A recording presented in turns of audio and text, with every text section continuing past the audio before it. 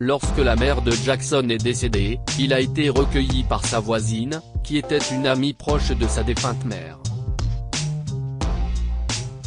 Jackson n'a jamais aimé Madame Herring, mais le jour de son 60e anniversaire, quelque chose s'est produit et il l'a appelée maman pour la première fois. Les Herring étaient une famille nombreuse et heureuse, contrairement à la maison précédente de Jackson, qui ne comptait que lui et sa mère, Lydia. Malheureusement, son père était décédé il y a de nombreuses années, et comme aucun de ses proches ne cesse de proposer pour s'occuper de lui après la mort de Lydia, Madame Herring l'a pris en charge. Ta mère et moi nous nous connaissons depuis des années, mon garçon, lui avait-elle dit lorsqu'elle avait demandé sa garde. Je ne voudrais pas te voir grandir dans ce centre d'accueil, Jackson. Sincèrement. Mais Jackson n'aimait pas Madame Herring ou sa grande famille, qui comptait plusieurs enfants et petits-enfants vivant dans une maison confortable dans leur quartier. D'une part, il n'avait aucune intimité dans la maison des Herring. De plus, l'endroit était chaotique tout le temps, sauf la nuit. Mais il avait entendu des histoires terribles sur les foyers d'accueil et les centres d'hébergement où vivaient les orphelins, et il avait dit à l'assistance sociale qu'il se sentait en sécurité dans la maison de Madame Herring. Cependant, au fil du temps, Jackson a commencé à détester l'atmosphère animée de la maison. Un jour, il jouait à des jeux vidéo avec son ami, Rob, lorsque les plus jeunes enfants de Madame Herring ont fait irruption dans sa chambre et ont exigé qu'il les laisse participer au jeu. Reculez, les enfants, a dit Jackson, énervé. Vous ne pouvez pas au moins frapper avant d'entrer ? Stacy et moi voulons jouer, Jackson, a dit Ted, 6 ans. S'il te plaît ? Ils sont tellement ennuyeux. Je n'ai assez. Hey, Rob, allons chez toi. Je ne peux même pas avoir la paix et le calme ici. Et Jackson est parti chez Rob. Les dîners étaient tout aussi bruyants dans la grande maison, et un soir, Jackson ne voulait pas quitter sa chambre et rejoindre tout le monde pour le dîner parce qu'il avait des invités. Jackson, Monsieur Herring l'a appelé Denba. Viens nous rejoindre, petit. Jackson a entendu M. Herring, mais il a fait semblant de ne pas l'entendre et a mis ses écouteurs pour les éviter. Si est alors que Monsieur Herring est venu dans sa chambre. Jackson ? demande-t-il, et cette fois-ci Jackson a dû retirer ses écouteurs. Et, ça fait des minutes que je t'appelle. Tu ne viens pas ? Je n'aille pas faim, a-t-il dit sans ménagement. J'allais juste me coucher. Et bien, tu peux aller te coucher mais pas avec l'estomac vide, mon garçon. On a promis à ta mère de s'occuper de toi, et elle détesterait certainement ça. Nous avons ta salade de poulet grillé préférée. Descends vite, d'accord ? Fronçant les sourcils, Jackson est descendu et a rejoint tout le monde. Il dut saluer tout le monde même s'il n'en avait pas envie, et il finit par s'asseoir à la table, détestant les voix fortes des gens qui discutaient. Alors tu es Jackson, dit une femme que les Herring présentaient comme étant Linda. Tu as eu beaucoup de chance de faire partie de cette famille, mon garçon. Les orphelins finissent dans des foyers d'accueil. La voix perçante de Linda a irrité Jackson. Je pense que tes enfants seraient mieux dans ce foyer d'accueil. Qui voudrait d'une mère comme toi ? dit-il à voix haute, et tout le monde se tait.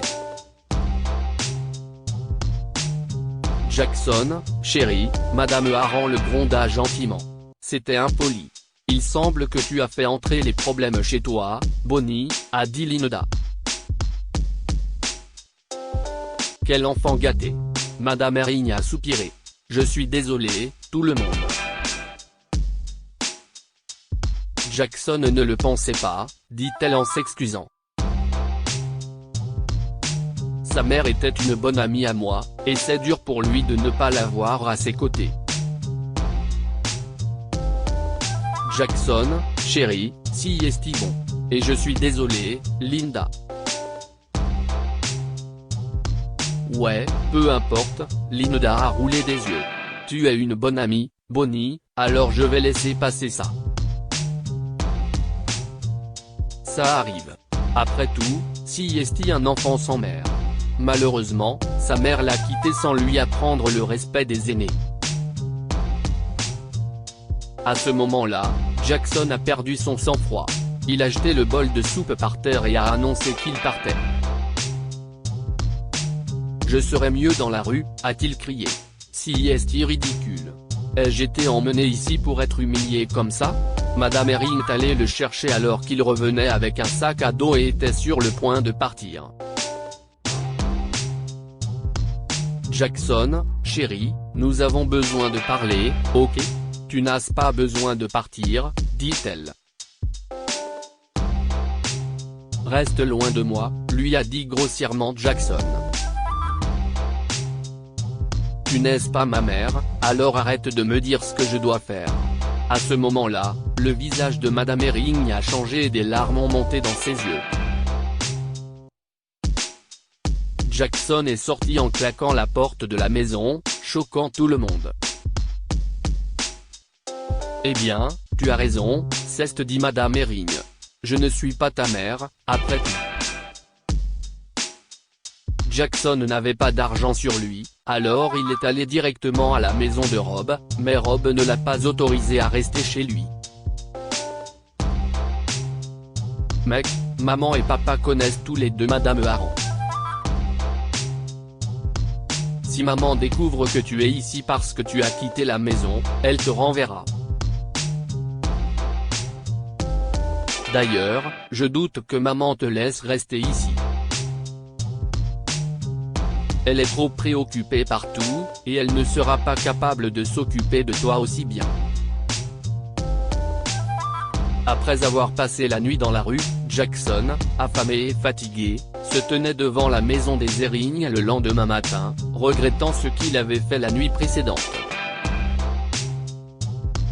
Cependant, il hésitait encore à rentrer jusqu'à ce qu'il entende une voix derrière lui dire « Tu es ici? Entre ». Lorsque Jackson s'est retourné, il a vu Monsieur Herring. « Je suis revenu ici juste. » Il a fait une pause et lui a dit, pour prendre quelques affaires. J'ai parlé avec Rob, et je savais que tu reviendrais, a déclaré M. Herring. Tu n'avais pas d'argent sur toi. Alors arrête, petit. Rentre à l'intérieur. Jackson a baissé la tête, embarrassé. Je suis désolé, j'ai été un peu grossier avec tout le monde hier, a-t-il admis. Je dois aussi m'excuser auprès de Madame Herring. Oui, tu dois, a déclaré M. Herring. Quand elle rentre de l'hôpital. Quoi? A demandé Jackson, stupéfait. L'hôpital? Elle a eu une crise cardiaque, dit M. Herring. Elle a été emmenée d'urgence à l'hôpital la nuit dernière après ton départ. Jackson se sentait mal à cause de ce qu'il avait fait. Mais il s'est senti encore plus mal quand Monsieur Herring lui a dit à quel point Madame Herring l'aimait.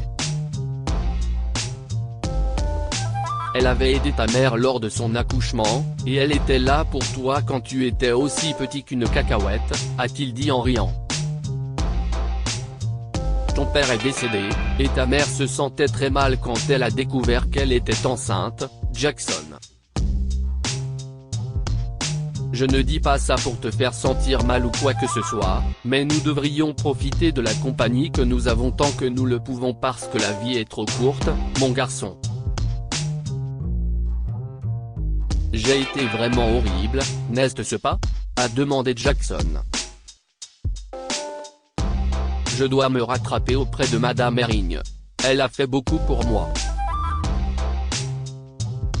Eh bien, alors, j'ai une idée, Monsieur Herring a fait un clin d'œil.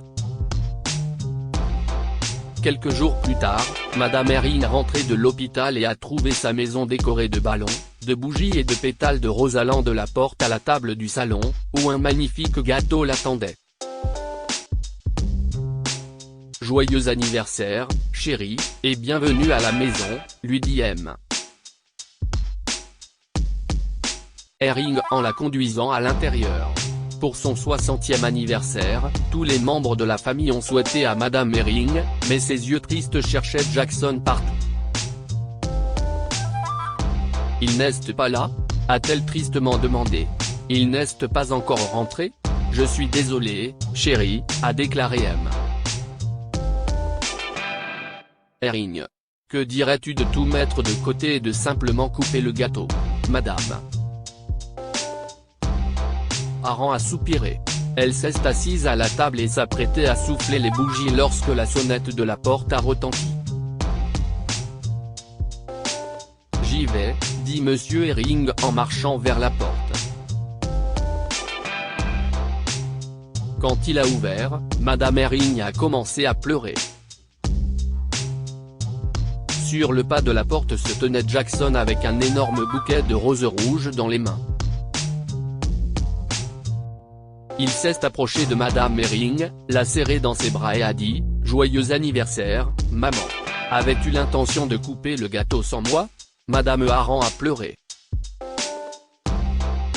Elle a tellement pleuré que même Jackson n'a pas pu retenir ses larmes.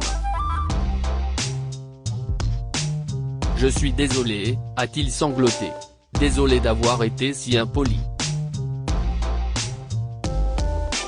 Ça a dû te faire mal de ne pas me voir ici pour la fête, non ?